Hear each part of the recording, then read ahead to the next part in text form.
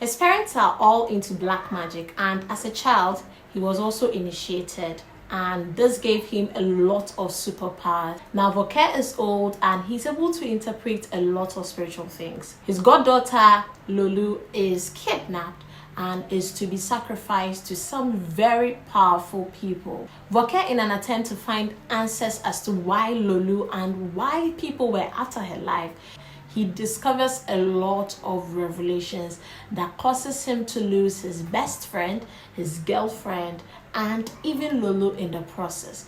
Now, this is what is likely to happen in part 2 of Suspicion. Spoiler alert! Now, of course, I'm sure by now you know that Suspicion has really not ended, and there is a very high likelihood that there's going to be a part 2.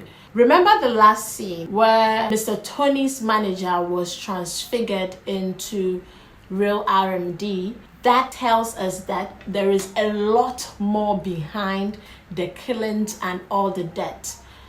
Could this man be behind all of that and supposedly made it look like Tony and the 5 others that were killed in the process were behind it? Remember what he said? I need you.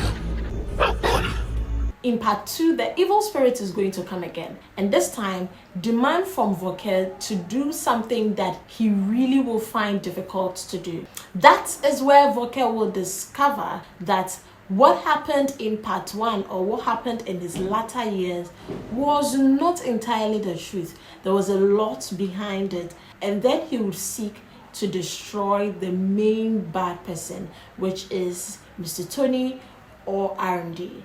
Now, I would rate Suspicion a 6 out of 10. The story was beautiful and was one of a kind, one that was not easy to predict and be able to tell how things would turn out in the end. This was a story that was not the regular kind that we always see in our Nollywood movies. However, most of the action in the movie were not so real and touchy.